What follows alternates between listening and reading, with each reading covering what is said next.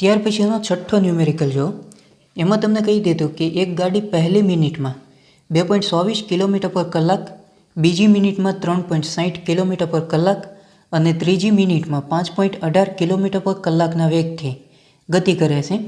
તો આપેલ 3 મિનિટમાં ગાડીનો સરેરાશ વેગ શોધો. ઓકે, અહીંયા આગળ સમયગાળો છે એ સમાન આપેલો છે. ડન. અને તમારે સરેરાશ વેગ છે ફાઇન્ડ કરવાનો છે. તો એની માટેનું સીધું ફોર્મ્યુલા છે આપણી આગળ. સમયગાળો જો સમાન હોય, 3 વેગ આપેલા હોય, તો તમે આવું ઇક્વેશન યુઝ કરી શકો, v1 plus v2 plus v3 divide by 3. 3 વેગ આપેલા છે, 3 ટાઈમ આપેલા છે. ડન. જો 2 વેગ આપેલા હોય તો v1 પ્લસ v2 ભાગ્યા 2 થશે. પરફેક્ટ.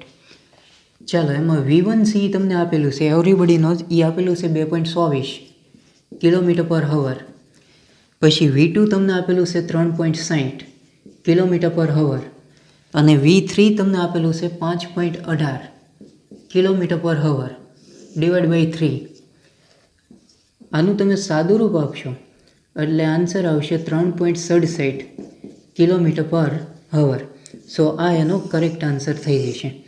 ડન. સો બેઝિક આખો આઈડિયા છે અને એકદમ સિમ્પલ આખો આઈડિયા છે એ કહી શકાય.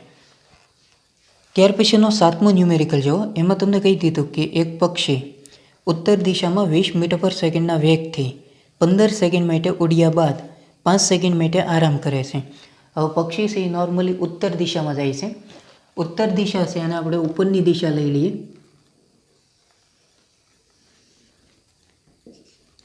અને ઉત્તર દિશામાં એનો વેગ છે એ તમને આપેલો છે 20 મીટર પર સેકન્ડ. ટાઈમ તમને આપેલો છે નોર્મલી 15 સેકન્ડ. 5 સેકન્ડ માટે એ આરામ કરે છે. બરોબર. ત્યાર પછી શું આપ્યું? ત્યારબાદ 10 સેકન્ડ માટે તે 24 મીટર પર સેકન્ડના વેગથી દક્ષિણમાં ઉડીને જાય છે.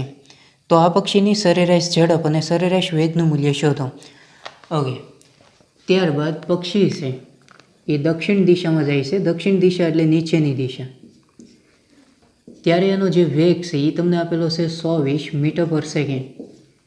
ટાઈમ તમને આપેલો છે નોર્મલી 10 સેકન્ડ. તો આની માટે તમારે સરેરાશ ઝડપ અને સરેરાશ વેગ છે એ ફાઇન્ડ કરવાનું છે. ઓકે, અહીંયા આગળ વેગ છે, સમય છે. એટલે ઉત્તર દિશામાં કપાતું જે અંતર છે એને આપણે કહી દઈએ d1. એવી જ રીતે અહીંયા આગળ વેગ છે, સમય છે. દક્ષિણ દિશામાં કપાતું જે અંતર છે એને આપણે કહી દઈએ d2. બરોબર. સૌથી પહેલાં આપણે સરેરાશ ઝડપ છે એ ફાઇન્ડ કરીએ.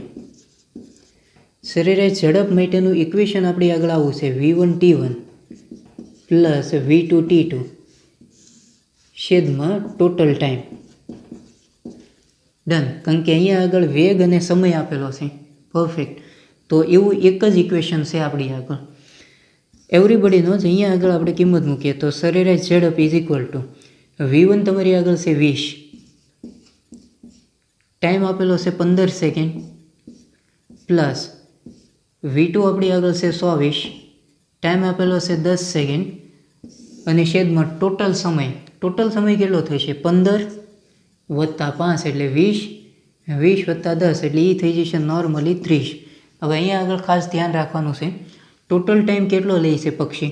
15 સેકન્ડમાં ઉત્તર દિશામાં, પછી 5 સેકન્ડ માટે એ આરામ કરે છે અને પછી 10 સેકન્ડ માટે એ દક્ષિણ દિશામાં ઉડે છે. કરેક્ટ. એટલે ટોટલ ટાઈમ તમારે લેવો પડશે. હવે અહીંયા આગળ તમે આનું સાદું રૂપ આપો. 15 દૂને 30 એટલે આવશે નોર્મલી 300. 24 ગુણ્યા 10 એટલે એ આવશે 240 ના છેદમાં 30. 300 વત્તા 240 એટલે એ આવશે 540 ભાગ્યા 30. એટલે અલ્ટિમેટલી આપણને સરેરાશ ઝડપ મળશે 18 મીટર પર સેકન્ડ. આ આપણને મળશે સરેરાશ ઝડપ. એવી જ રીતે આપણે સરેરાશ વેગ છે એ ફાઇન્ડ કરીએ. સરેરાશ વેગ એટલે થઈ જશે નોર્મલી સ્થાનાંતર ભાગ્યા સમયગાળો. કરેક્ટ. આવું થઈ છે નોર્મલી સ્થાનાંતર ભાગ્યા સમયગાળો. તો અલ્ટિમેટલી શું આવશે? સ્થાનાંતર. ઓકે, ઉત્તર દિશા છે એટલે d1 જે કેપ થશે અને દક્ષિણ દિશા છે એ થઈ જશે d2 માઇનસ જે કેપ. બરાબર ને?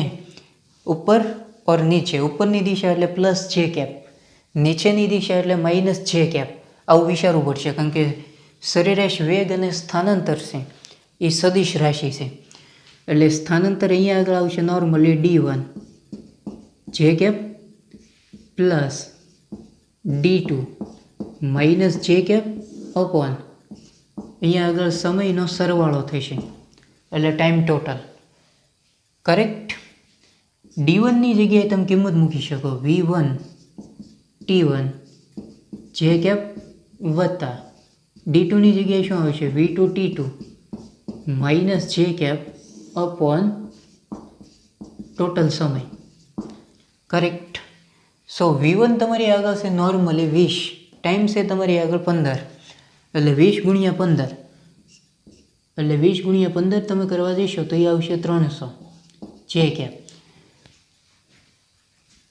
પ્લસ માઇનસ એટલે એ આવશે માઇનસ.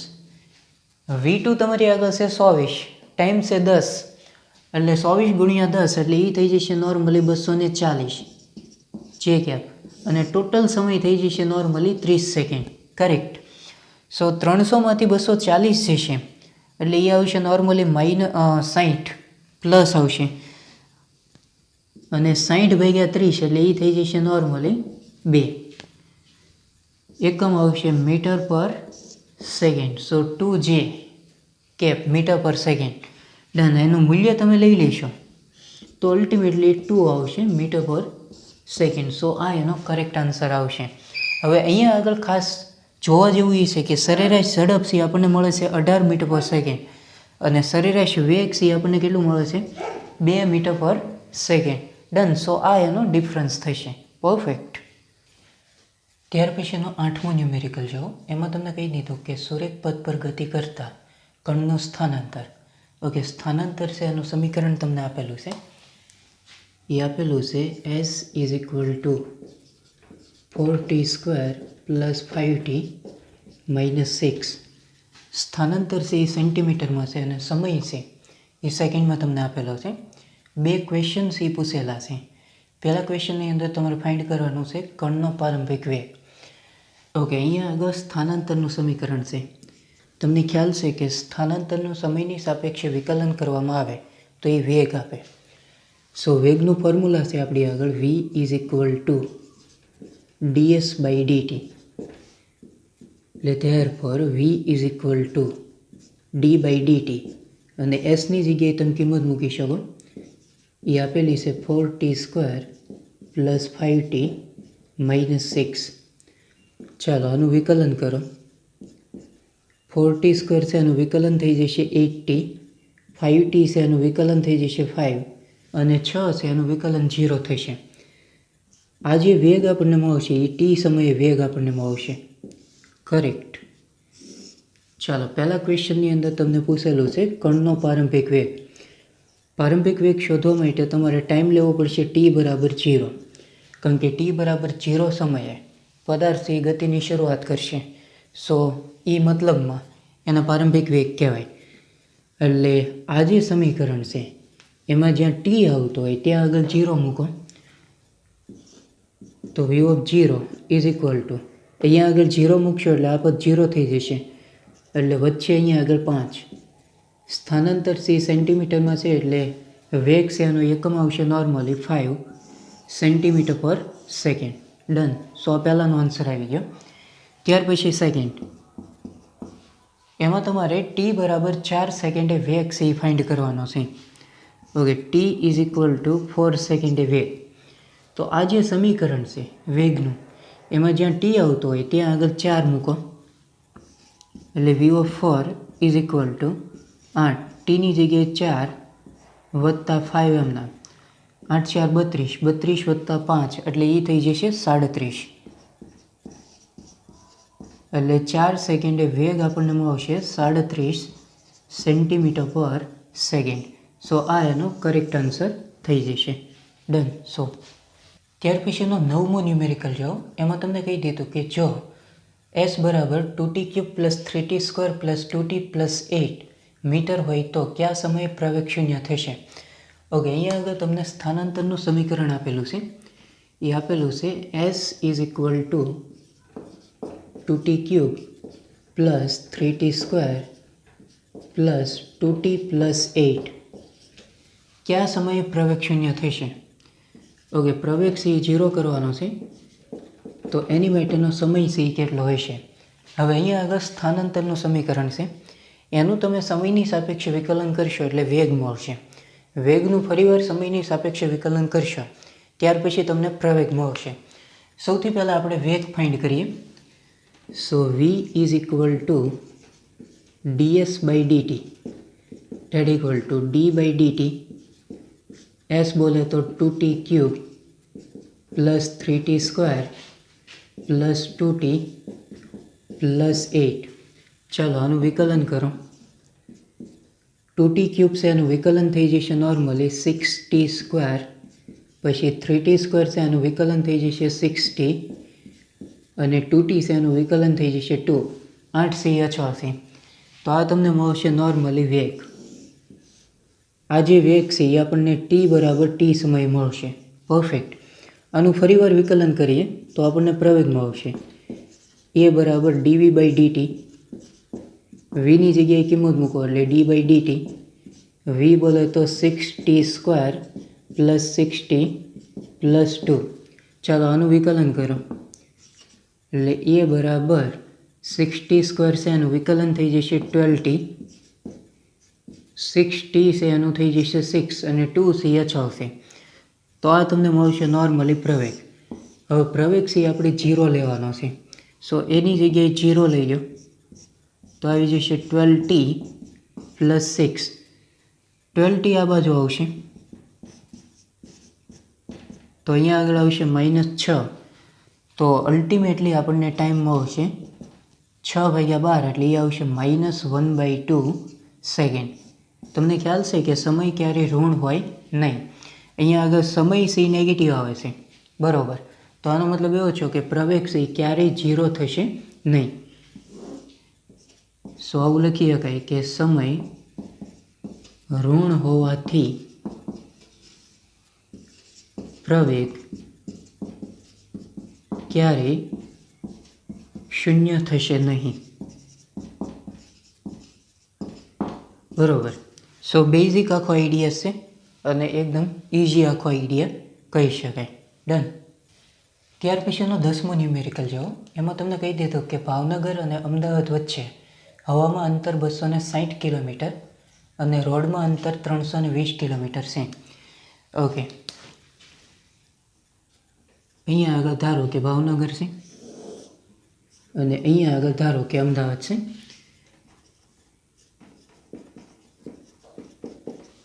ભાવનગર और અહીંયા આગળ અમદાવાદ. સીધું અંતર સી તમને આપેલું છે 260 કિલોમીટર હવામાં.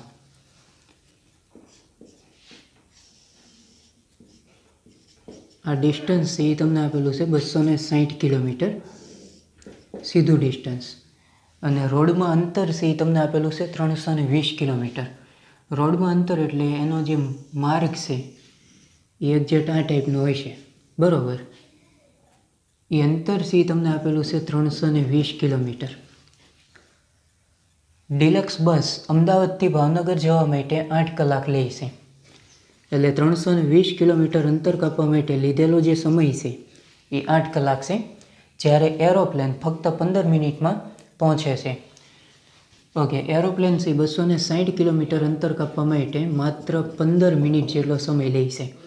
હવે 15 મિનિટ છે ને આપણે સૌથી પહેલાં કલાકમાં કન્વર્ટ કરીએ એટલે 15/60 થાય, તો અલ્ટિમેટલી આ કેટલો આવશે 1/4 અવર, બરાબર. એટલે 0.25 કલાકની અંદર એ અમદાવાદથી ભાવનગર સુધી પહોંચે છે.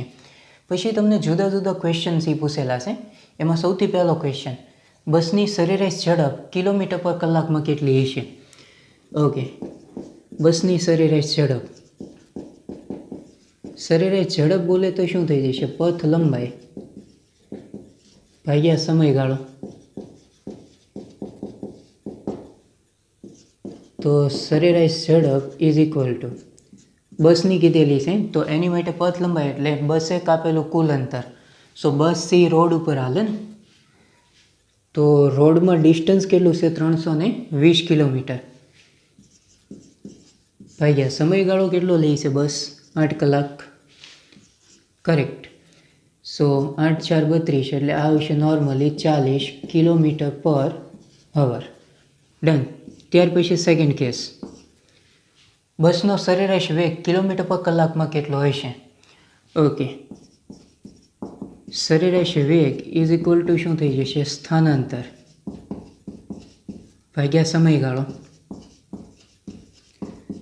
સ્થાનાંતર છે એટલે સીધું અંતર થશે, એટલે અલ્ટિમેટલી સરેરાશ વેગ ઇઝ ઇક્વલ ટુ સીધું અંતર કેટલું આવશે નોર્મલી ભાવનગરથી અમદાવાદ માટે? એ થઈ જશે 260 કિલોમીટર. એટલે સ્થાનાંતર આવશે 260 કિલોમીટર. બસ માટે સમય કેટલો છે? 8 કલાક. ડન. અલ્ટિમેટલી આનું તમે સાદું રૂપ આપશો એટલે તમને સરેરાશ વેગ મળશે. એ વેગ કેટલો મળશે? 32.5 કિલોમીટર પર અવર. તો આ તમને મળશે નોર્મલી બસ માટે સરેરાશ વેગ. ત્યાર પછી થર્ડ ક્વેશ્ચન.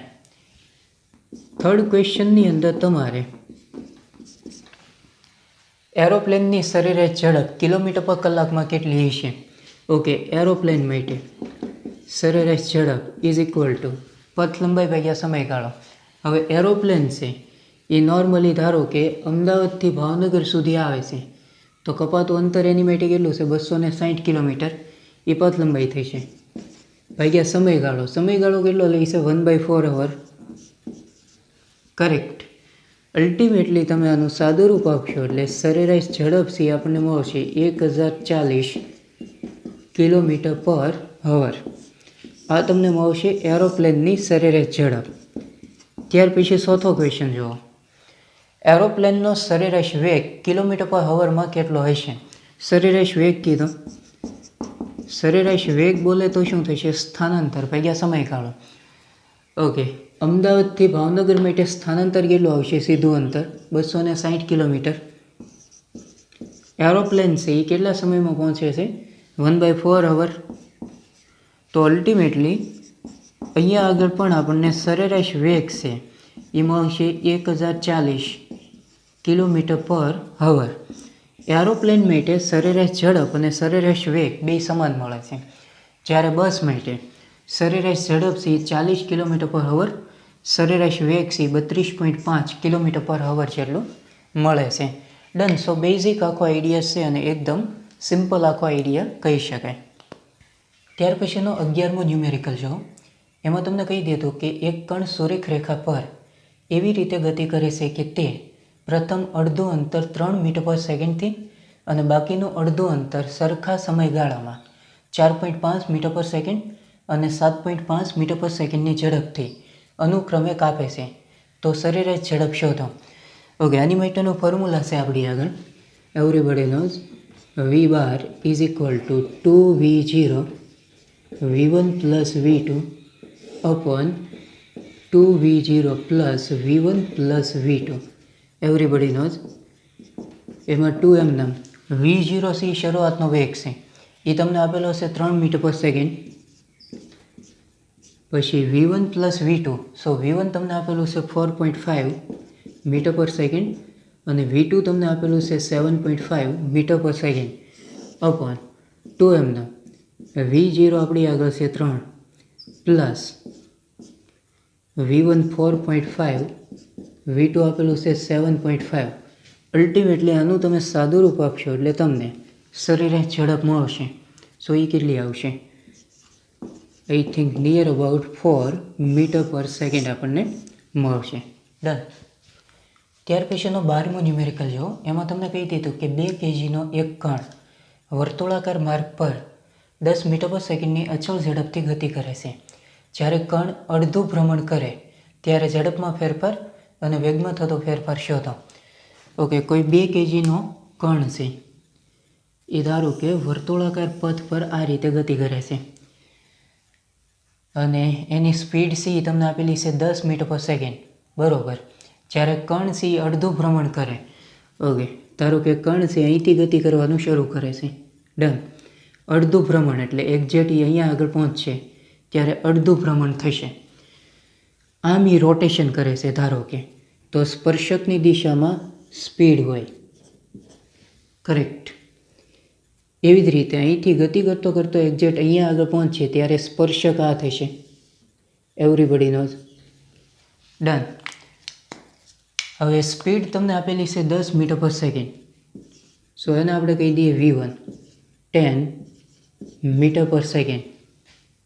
અહીંયા આગળ પહોંચશે ત્યારે એની સ્પીડ 10 મીટર પર સેકન્ડ છે, કારણ કે અચળ ઝડપથી એ ભ્રમણ કરે છે. ડન. 2 ક્વેશ્ચન આપણને પૂછેલા છે. ઝડપમાં ફેરફાર. ઓકે, ઝડપમાં થતો ફેરફાર એટલે એ થઈ જશે normally delta V. Delta V એટલે શું થશે? v2 minus v1. v2 તમારી આગળ કેટલું છે? 10. v1 કેટલું છે? 10. તો ઝડપમાં થતો ફેરફાર આપણને કેટલો આવશે? 0. જે એકદમ સ્ટ્રેટ ફોરવર્ડ આખો આઈડિયા કહી શકાય. ચાલો, એવી જ રીતે વેગમાં થતો ફેરફાર. ઓકે, વેગમાં થતો ફેરફાર is equal to delta V. હવે વેગ છે ને એ સદિશ રાશિ છે, આ ખાસ ધ્યાનમાં રાખવાનું. એટલે અંતિમ વેગ ધારો કે v2 માઇનસ પ્રારંભિક વેગ એટલે v1. પણ અહીંયા આગળ વેક્ટર તમારે બતાવવું પડશે, કારણ કે સદિશ છે. પરફેક્ટ. કણ ધારો કે આમ રોટેશન કરે તો અહીંયા આગળ સ્પર્શકની દિશા આમ થઈ ગઈ ને, ધન એક્સ દિશા. એટલે અહીંયા આગળ મારે લખવું પડશે આઈ કેપ. ડન. પછી એક્ઝેક્ટ અહીંયા આગળ પહોંચે ત્યારે સ્પર્શક આમ થઈ ગયો, એટલે અહીંયા આગળ આઈ કેપ આવશે પણ માઇનસ, કારણ કે ઋણ એક્સ દિશા. પરફેક્ટ. તો અહીંયા આગળ v2 છે એ આવશે -10i, પછી માઇનસ v1 કેટલું છે આપણી આગળ? 10i, એટલે આ થઈ જશે normally -20i metre per second. જો આનું તમે મૂલ્ય લેતા હો ડેલ્ટા વી, તો એ તમને કેટલું મળશે? 20 મીટર પર સેકન્ડ. હવે આ ખાસ જોવાનું, ઝડપમાં થતો ફેરફાર અને વેગમાં થતો ફેરફાર બેના આન્સર છે એ અલગ અલગ આવશે. બરાબર. એટલે આ ખાસ અગત્યનો પ્રોબ્લેમ છે એ કહી શકાય, કારણ કે અહીંયા આગળ ભૂલ પડવાની સંભાવના ખરી. એટલે થોડુંક વ્યવસ્થિત તમારે સમજવાનું રહેશે.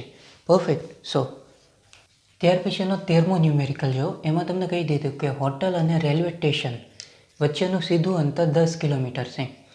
એક ટેક્સી બીજા રસ્તા દ્વારા 28 મિનિટમાં 23 કિલોમીટર અંતર કાપે છે. તો ટેક્સી માટે સરેરાશ ઝડપ અને સરેરાશ વેગ શોધો. ઓકે, ધારો કે અહીંયા આગળ હોટલ છે અને અહીંયા આગળ ધારો કે રેલવે સ્ટેશન છે. ડન. સો અહીંયા આગળ હોટલ, અહીંયા આગળ રેલવે સ્ટેશન. તો હોટલ અને રેલવે સ્ટેશન વચ્ચેનું સીધું અંતર તમને આપેલું છે 10 કિલોમીટર. આ ડિસ્ટન્સ તમને આપેલું છે 10 કિલોમીટર. બરોબર. એક ટેક્સી બીજા રસ્તા દ્વારા 28 મિનિટમાં 23 કિલોમીટર અંતર કાપે છે. ઓકે, બીજા રસ્તા દ્વારા. સપોઝ આવો કોઈ રસ્તો આપણે વિચારીએ, ત્યારે કપાતું જે અંતર છે એ તમને આપેલું છે 23 કિલોમીટર અને ટાઈમ લે છે નોર્મલી 28 મિનિટ. ડન. તો ટેક્સી માટે સરેરાશ ઝડપ અને સરેરાશ વેગ છે આપણે ફાઇન્ડ કરવાનો છે. ઓકે, સૌથી પહેલાં તો અહીંયા આગળ 28 મિનિટ છે અને આપણે કલાકની અંદર કન્વર્ટ કરીએ તો 28/60 થઈ જશે. આ સમયગાળો આપણને આવશે. ડન. ચાલો, સૌથી પહેલાં આપણે ફાઇન્ડ કરીએ સરેરાશ ઝડપ. સરેરાશ ઝડપ ઇઝ ઇક્વલ ટુ થઈ જશે પથ લંબાઈ ભાગ્યા સમયગાળો. સો સરેરાશ ઝડપ ઇઝ ઇક્વલ ટુ પથ લંબાઈ એટલે લાંબામાં લાંબુ અંતર. બરાબર ને? તો લાંબામાં લાંબુ અંતર આ થશે ને 23 કિલોમીટર ભાગ્યા સમયગાળો, એ થઈ જશે 28/60. અલ્ટિમેટલી તમે આનું સાદું રૂપ આપશો એટલે તમને સરેરાશ ઝડપ મળશે. એ આઈ થિંક મળશે 49.3 કિલોમીટર પર અવર. પરફેક્ટ. ત્યાર પછી સેકન્ડ કેસ, સરેરાશ વેગ શોધો. ઓકે, સરેરાશ વેગ એટલે થઈ જશે સ્થાનાંતર ભાગ્યા સમયગાળો. કરેક્ટ. સ્થાનાંતર એટલે સીધું અંતર. સીધું અંતર થઈ જશે નોર્મલી 10 કિલોમીટર. સમયગાળો તમને આપેલો છે 28 મિનિટ. કલાકમાં કન્વર્ટ કરીએ એટલે 28 ભાગ્યા 60 થશે. પરફેક્ટ. તો આનું સાદુરૂપ તમે આપશો એટલે તમને સરેરાશ વેગ મળશે એ આઈ થિંક મળશે 21.4 કિલોમીટર પર અવર. બરાબર. સો બેઝિક આખો આઈડિયા છે અને એકદમ સિમ્પલ આખો આઈડિયા કહી શકાય. ડન. સો ત્યાર પછીનો 14મો ન્યુમેરિકલ જો એમાં તમને કહી દીધું કે કણનો વેગ v બરાબર 2t² - 4t + 3 metre per second વડે દર્શાવેલ છે. તો t બરાબર 2 સેકન્ડે તેનો પ્રવેગ શોધો. ઓકે, અહીંયા આગળ તમને વેગનું સમીકરણ આપેલું છે. એ આપેલું છે v = 2t² - 4t + 3. બરાબર. તો તમારે t બરાબર 2 સેકન્ડે પ્રવેગ છે ફાઇન્ડ કરવાનો છે. વેગનું સમીકરણ છે. વેગનું સમયની સાપેક્ષે વિકલન કરશો એટલે એ તમને પ્રવેગ આપશે. એટલે એ બરાબર dv/dt = d/dt. v બોલે તો શું આવશે 2t² - 4t + 3. 2t² છે એનું વિકલન થઈ જશે 4t માઇનસ 4t છે એનું વિકલન થઈ જશે 4. તો આ તમને મળશે t બરાબર t સમયે પ્રવેગ. તમારે t બરાબર 2 સેકન્ડે પ્રવેગ છે ફાઇન્ડ કરવાનો છે. તો અહીંયા આગળ સમય છે ત્યાં આગળ 2 મૂકી દો ને એટલે આ તમને 2 સેકન્ડે પ્રવેગ મળશે. એટલે 4 એમને tની જગ્યાએ 2 - 4 4 × 2 = 8. 8માંથી 4 જશે એટલે અલ્ટિમેટલી પ્રવેગ આપણને મળશે 4 metre per second square. Perfect. સો ત્યાર પછીનો 15મો ન્યુમેરિકલ જો એમાં તમને કહી દીધું કે એક કણ સુરેખા OX પર ગતિ કરે છે. t બરાબર 0 સમયે ઉગમ બિંદુએથી ગતિ શરૂ કરે છે. t સમયે સ્થાનાંતર x = 10 + 6t - 3t² વડે આપી શકાય છે. તો સ્થિર થતાં પહેલાં કણ વડે કપાયેલ અંતર શોધો. ઓકે, તમને અહીંયા આગળ સ્થાનાંતરનું સમીકરણ આપેલું છે. એ આપેલું છે x = 10 + 6t - 3t². હવે t બરાબર 0 સમયે કણ છે એ ઉગમ બિંદુએથી ગતિ કરવાનું શરૂ કરે છે. એટલે અહીંયા આગળ આપણે t બરાબર 0 લઈ લઈએ. ત્યારનું સ્થાન એને આપણે કહી દઈએ પ્રારંભિક સ્થાન.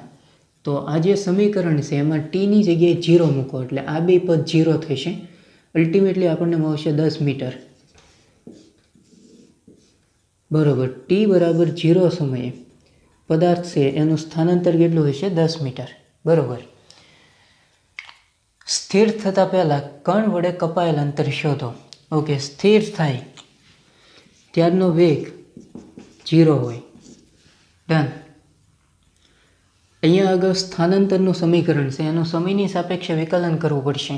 ત્યાર પછી આપણને વેગ મળશે. સો વેગ કેટલો મળશે v = dx/dt d/dt. x બોલે તો 10 + 6t - 3t². તો v = 10 અચળ છે એનું વિકલન 0, 6t છે એનું વિકલન થઈ જશે 6 અને 3t² છે એનું વિકલન થશે 6t. પરફેક્ટ. હવે વેગ છે એ 0 કરી નાખો કારણ કે કણ છે એ ધારો કે સ્થિર થઈ જાય. સ્થિર થાય એટલે એનો વેગ 0 થાય. તો 6 - 6t. તો અલ્ટિમેટલી આપણને ટાઈમ છે એ કેટલો આવશે 1 સેકન્ડ. કરેક્ટ. હવે આ t બરાબર 1 સેકન્ડ છે આ સમીકરણમાં મૂકો. એને આપણે x(1) કહી દઈએ. એ આપણને કેટલું મળશે 10. tની જગ્યાએ તમારે 1 મૂકવાનું છે એટલે 6t એટલે એ થઈ જશે 6. t² જગ્યાએ 1 મૂકો એટલે 3 × 1 એટલે એ આવશે 3. તો અલ્ટિમેટલી આપણને 1 સેકન્ડે સ્થાન કેટલું મળશે 13. મીટર. કરેક્ટ.